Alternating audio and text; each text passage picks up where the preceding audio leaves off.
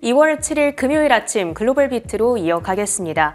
간밤 뉴욕 증시에서는 이 뚜렷한 방향성을 찾기가 어려웠다라는 특징이 있었죠. 종목별로 실적을 내놓은 종목들이 상승과 하락이 아주 뚜렷하게 엇갈리면서 이렇게 종목 장세가 나타나는 하루였습니다. 특히 허니웰이라든지 퀄컴, 세일즈포스 등의 종목들이 급락세를 나타냈는데 그래도 엔비디아가 크게 오르면서 지수 방어에 도움이 됐고요.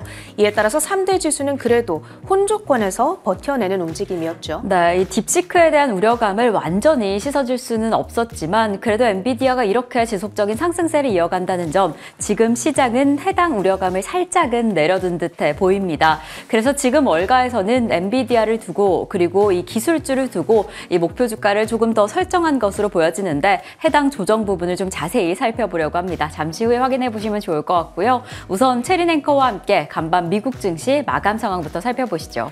네, 그래도 지지난주와 지난주 시장을 크게 흔들었던 딥시크 그리고 관세 이슈를 조금은 덜어낸 듯한 시장의 분위기 다행스럽게 여겨볼 수 있겠습니다. 오늘 실적을 발표한 종목들 앞서 말씀드렸다시피 그 희비가 명확하게 엇갈렸습니다. 하락하는 종목들이 우세했던 가운데 시장을 방어했던 종목으로는 일라이 릴리와 허쉬, 필립 모리스를 꼽아볼 수가 있을 텐데요. 초콜릿을 많이 먹어서 살이 쪘고 그래서 비만약도 많이 샀고 그런 가운데 담배도 많이 피는 한 분기를 보낸 것 같습니다. 이 실적 결과가 어떻게 됐고 또 그 밖에 실적을 발표한 종목들도 아주 많이 있었는데요. 바로 뒤에서 자세하게 살펴보도록 하겠습니다. 오늘 발표됐던 경제지표로는 주간 신규 실업수당 청구 건수가 있었는데요. 21만 9천 건으로 예상치를 웃돌았습니다. 하지만 여전히 21만 명대에 머물러 있기 때문에 노동시장은 여전히 견조하다는 평가입니다. 그리고 간밤 영란은행이 이 경기를 부양하기 위해서 기준금리를 25bp 인하를 했습니다. 스몰컷을 단행했는데 이에 따라서 영국 파운드화가 0.5%가량의 내림세를 그렸고요. 달러의 상대적인 강세는 이어졌습니다. 101.77선을 달러 지수 지나가고 있습니다. 10년물 금리 역시도 2.2bp 상승한 4.44%선 지나가고 있다는 점 체크가 가능하고 S&P 500 지수 0.4% 오름세입니다. 6,083포인트 선에 나스닥 지수는 0.5% 상승하며 19,800포인트 선에 바짝 다가선 채 거래를 마치고 있습니다. 히트맵을 열어서 전반적인 종목별 분위기도 확인해 보시죠. 엔비디아가 2.6%의 강세로 시장을 방어했습니다. 팔란티어는 장 막판까지 오름폭을 쭉 확대해 나갔습니다.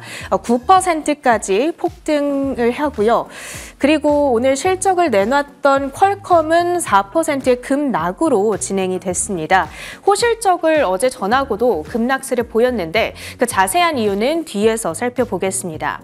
아마존은 오늘 장 마감 후에 실적을 발표합니다. 이제 잠시 후면 수치가 나오게 될 텐데요. 이를 앞두고 정규장에서는 1.2%의 강세를 연출했고요. 테슬라는 유럽 내에서 판매량이 급감하고 있다라는 이슈를 이틀째 받아가면서 오늘 장에서도 1.7%의 하락으로 진행이 됐습니다. 그런가 하면 오늘 다우지수 하락의 가장 큰 주범이었던 종목은 바로 이쪽에 위치한 허니웰이 되겠습니다. 연간 가이던스가 기대치를 밑돌았고요. 그리고 회사를 3개로 분할하겠다라는 깜짝 발표가 있었는데 시장에서는 이 소식을 부정적으로 해석하고 있습니다. 업종별로는 금융업종이 가장 선방을 합니다. 이 앞서 미국의 대형 은행들이 연준의 스트레스 테스트에 대해서 문제를 제기하며 소송을 제기했다. 이 뉴스 기억을 하실 텐데요. 이에 연준이 조금 더 난이도를 낮춘 스트레스 테스트를 공개했습니다. 이 스트레스 테스트라고 하는 것은 은행들의 위기 대응 능력을 평가하는 건데 난이도가 높으면 높을수록 은행들은 더 많은 자본을 안전하게 확보하고 있어야 합니다. 반대로 말하면 이 난이도가 낮아지게 된다면 은행들이 보유해야 되는 자본이 좀 줄어도 되는 것이고 따라서 배당금도 많이 주고 그럴 수가 있는 것이죠. 투자의 매력도가 증가하게 되는 요인들인데요.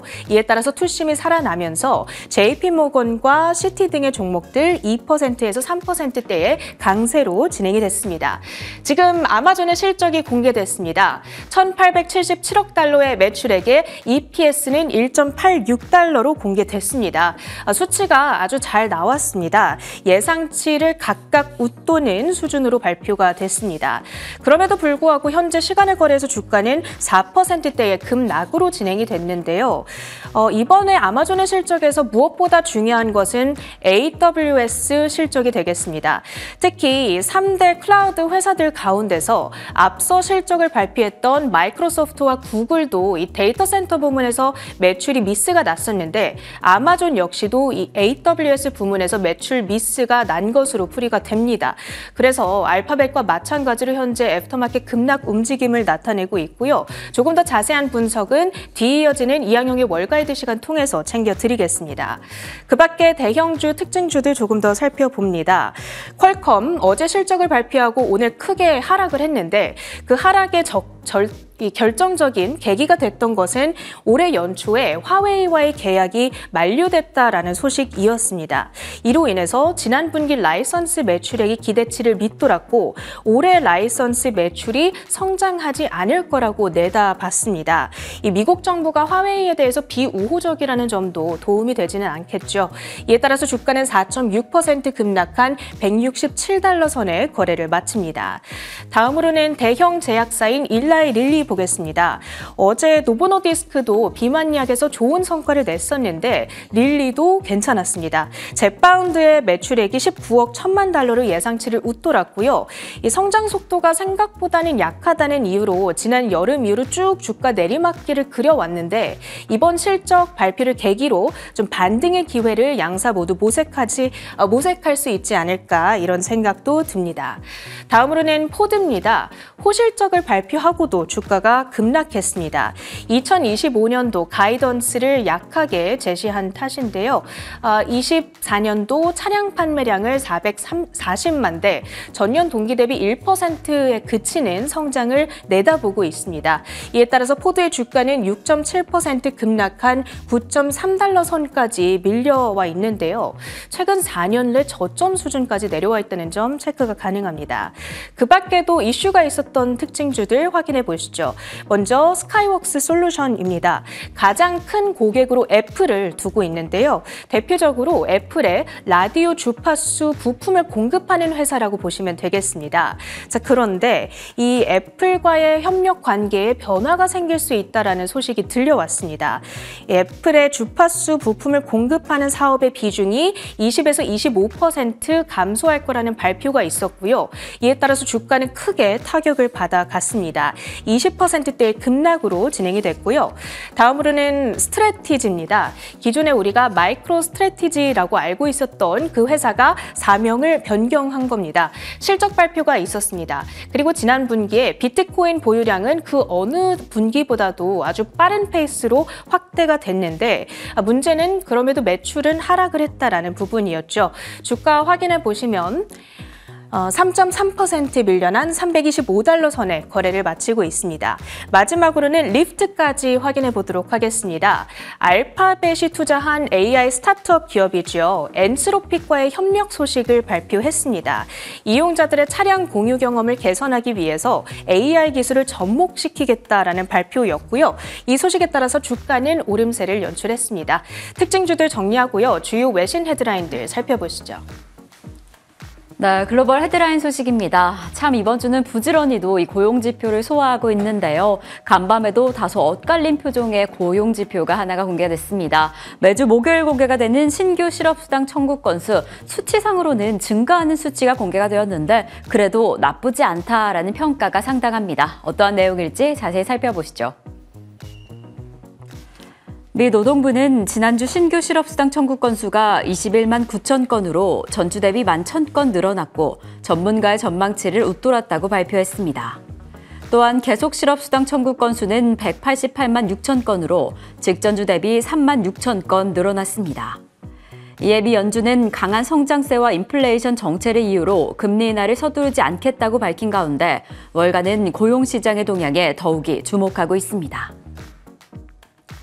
네, 우선 신규 실업수당 청구 건수 그 수치부터 살펴보겠습니다. 사실 이렇게 수치상으로 살펴보면 전주 대비 상승했고 전망치를 상회하는 수준입니다. 계속 실업수당 청구 건수 역시나 전주 대비 3.6만 건 정도 늘어났고 전망치를 상회했죠. 그러니까 예상보다 더 크게 늘어났는데 시장은 이 부분을 긍정적으로 받아들이고 있습니다. 물론 증가하기는 했지만 21만 건 그 부근을 잘 유지하고 있다는 점을 집중하고 있는 건데요. 이 21만 건이 의미하는 수치가 아주 긍정적입니다. 이 수치 코로나 이전과 비슷한 상황이다라는 점을 다시 한번 확인하면서 지금 월간은 고용시장의 탄탄함을 체크했습니다. 이에 블룸버그는 지금 고용 견조하다라는 단어를 사용을 했고요. 그리고 최근에 파월 연준 의장이 지금 고용 꽤 안정적이다라고 밝힌 바가 있는데 이번 수치가 해당 발언을 뒷받침하기에 충분했다라고 설명하기도 했습니다. 이제 다가오는 7일 하루도 채 남지 않은 시간 내에서 1월 고용보고서가 공개가 될 텐데 이 고용보고서를 연준이 상당히 집중하고 있죠. 이 고용 수치에 따라서 인플레이션 상황 그리고 금리 인하 기조를 체크를 할 텐데요. 우선적으로 간밤에 굴스비 총재가 지금 금리 인하 속도가 더딜 수는 있지만 12에서 18개월 내에 금리 인하를 단행할 것이다 라는 의견을 낸 바가 있습니다. 이에 대한 더 정확한 힌트를 이제 공개가 될 1월 고용보고서에서 확인해 볼 수 있을 텐데 해당 내용도 저희와 함께 체크해 보시면 좋을 것 같습니다. 저는 계속 이어서 두 번째 헤드라인으로 이어가 보겠습니다. 저희가 이 히트맵을 통해서 살펴봤다시피 간밤에는 은행주 전반적인 상승세가 확인이 됐습니다. JP모건, 뱅크 오브 아메리카, 시티그룹주까지 전반적인 상승세가 확인이 되었는데 이에는 단연 연준이 공개한 2025년 연내 스트레스 테스트의 낮아진 기준 덕분이었습니다. 어떠한 내용일지 자세히 살펴보시죠. 연준의 연내 스트레스 테스트는 가상의 경기 침체 시나리오를 설정하고 이를 통해 대형 은행들의 손실 규모, 이익, 자본 수준을 평가함으로써 은행의 회복력을 측정합니다. 이는 대형 은행들이 심각한 경기 침체 상황에서도 가계와 기업에 지속적으로 대출할 수 있도록 보장하기 위해 실시하는데요. 이번 시나리오에서 미국 실업률이 최대 10%가량 증가하고 주택 가격은 33% 하락, 상업용 부동산 가격은 약 30%가량 하락하는 것으로 설정됐습니다. 이에 간밤은행주는 상승세를 이어갔습니다. 이렇게 연준이 이번 2025년 스트레스 테스트를 공개를 했는데 약 22개 은행을 대상으로 이 완화된 기준을 공개한 겁니다. 이 자세한 수치를 좀 체크를 해보면 아마 실업률이 최대 10%가량 증가할 것이다. 그리고 주택 가격은 33%가량 하락, 상업용 주택도 상업용 부동산도 하락할 것이다 라고 공개를 했는데 어찌 보면 다소 도전적일 수 있는 리스크를 측정했음에도 불구하고 해당 하락폭은 이전 예측보다는 훨씬 나아졌다라고 시장이 반응을 했습니다. 그리고 아무래도 트럼프 행정부를 맞이해서 확실히 은행주에 대한 규제가 완화되지 않을까라는 기대감도 더해진 상황인데요. 이에 따라서 은행주에서 올해 말에 보유하게 될 자본 규모, 그 완충 규모를 줄일 가능성이 높게 보여졌습니다. 이에 따라서 은행주 대부분 상승세를 보여줬고 이제 앞으로 은행주에 대한 우호적인 환경을 더 기대해봐도 되지 않을까라는 기대감에 경기 그리고 다른 기업들도 기대감을 가득 가진 것으로 보여집니다. 사실 이뿐만 아니라 어제 바로 미셸 보우먼 연준 이사 역시나 은행별로 맞춤형 규제가 필요하다라고 하면서 앞으로 조금 더 규제를 완화할 수 있다라는 이야기를 전했는데요. 이러한 규제 완화가 단순히 은행주뿐만 아니라 은행에 대출을 받게 될 다른 기업들의 활동까지 더 활발하게 만들 수 있지 않을까라는 기대감이 듭니다. 간밤의 상승세 어떻게 이어지게 될지 계속 체크해 보시면 좋을 것 같습니다. 저희는 계속 이어서 세 번째 헤드라인으로 이어가 보겠습니다. 확실히 최근에 이어지고 있는 기업들의 실적 발표 가운데 가장 주목해 볼 수 있는 부분은 AI 분야의 수요가 증가하고 있다. AI 분야에 대한 기대감이 늘어나고 있다라는 부분인데요. 단연 딥시크에 대한 우려감이 남아있기는 하지만 그럼에도 불구하고 해당 분야에 대한 긍정적인 전망이 계속해서 나오고 있습니다. 이에 모건 스탠리에서는 엔비디아를 상당히 긍정적인 입장을 다시 한번 확인시켰는데 어떠한 내용일지 다시 한번 확인해 보겠습니다.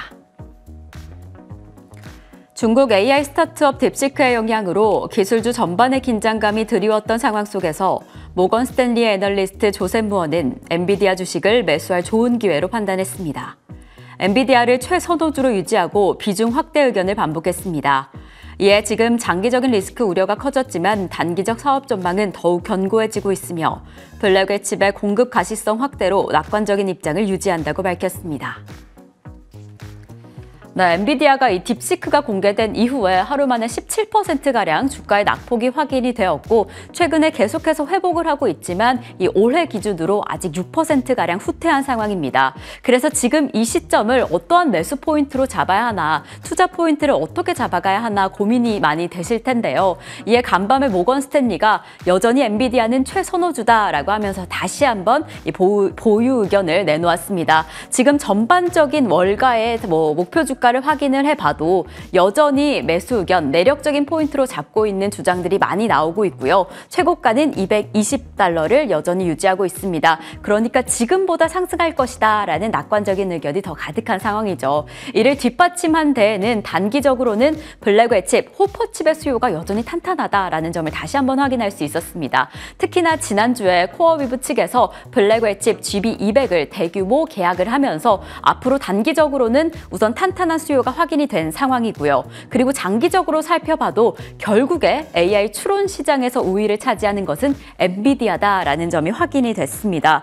그리고 이 대형 훈련 클러스터 확장을 계속해서 이어가고 있기 때문에 사실 이 부분은 딥시크가 방해할 수 없을 것이다. 딥시크가 이러한 흐름을 방해할 수 없을 것이다 라는 흐름이 확인이 되면서 장기적으로 그리고 단기적으로 탄탄한 힘이 있다면 지금이 매력적인 포인트다라고 확인을 한 상황입니다. 사실 이뿐만 아니라 CNBC 측에서도 지금 기술주, 특히나 AI 관련주들 매수 포인트다라는 의견을 간밤에 다시 한번 확인을 시킨 상황이어서 지금의 이 주가 흐름을 어떻게 살펴보면 좋을지 전반적인 흐름 살펴보시면 좋을 것 같습니다. 저희는 계속 이어서 네 번째 헤드라인으로 이어가 보겠습니다. 아무래도 간밤에 계속 쏟아진 실적 이슈 가운데 일라이릴리에 대한 이야기 다시 한번 좀 전해드리려고 합니다. 이 일라이릴리 하면 이 비만 치료제 시장의 판도를 좀 크게 바꿀 만큼 올해 비만 치료제 전망이 어떠한지, 일라이릴리가 비만 치료제 내에서 과제를 어떻게 잘 극복할지 살펴보도록 하겠습니다. 비만 치료제로 유명한 미국 제약사 일라이릴리의 지난 4분기 실적이 시장 예상치를 웃돌았습니다. 조정 주당 순이익이 5.32달러로 예상치인 4.95달러를 크게 뛰어넘었습니다. 하지만 마운자로의 매출은 35억 4천만 달러로 전년 동기 대비 60%가량 증가했지만 월가 전망치인 36억 2천만 달러를 하회했습니다. 이에 일라이릴리는 마운자로에 대한 수요가 탄탄히 유지되고 있고 공급이 증가하고 있다라고 설명했으나 실질 가격 하락에 대한 기저효과로 보여집니다. 네, 우선적으로 표면적인 실적 자체는 상당히 좋았습니다. 어닝 서프라이즈를 기록한 거죠. 특히나 EPS 단에서 시장의 컨센서스를 크게 상회하면서 성적이 아주 좋았다라는 긍정적인 성적을 받아 들었는데 사실 이 안에서 주목할 점은 비만 치료제 섹터가 아닐까 싶습니다. 마운자로 매출과 젯바운드 매출이 사실 컨센서스를 조금 하회하기는 했습니다. 하지만 마운자로 같은 경우에는 전년 동기 대비 60%가량 증가했다는 점, 지금 증가 추세를 계속 이어가고 있다는 점에서 역시나 비만 치료제는 일라이릴리다라는 성적표를 다시 한번 확인할 수 있었습니다. 그리고 특히나 이 가이던스는 시장의 예상치를 부합하는 수준으로 공개를 했고 이 안에서 일라이릴리 설명 측에서는 올해 상반기면 젯바운드라던가 마운자로와 같은 비만 치료제가 생산량을 크게 늘릴 수 있다. 최소 1.6배가량 증가할 전망이다라고 밝히면서 최근에 계속해서 겪고 있는 큰 리스크로 작용하고 있는 이 공급 부족 현상을 충분히 극복할 수 있다라는 자신감을 내비쳤습니다. 그래서 지금 이 시점에서 일라이릴리가 극복해야 할 과제가 어떻게 될까? 지금 세 가지 포인트를 좀 꼽아봤는데요. 단연 공급 문제가 아닐까 싶습니다. 수요는 너무 큰데 공급이 여전히 턱없이 부족하다라는 점을 잘 극복해야 될 텐데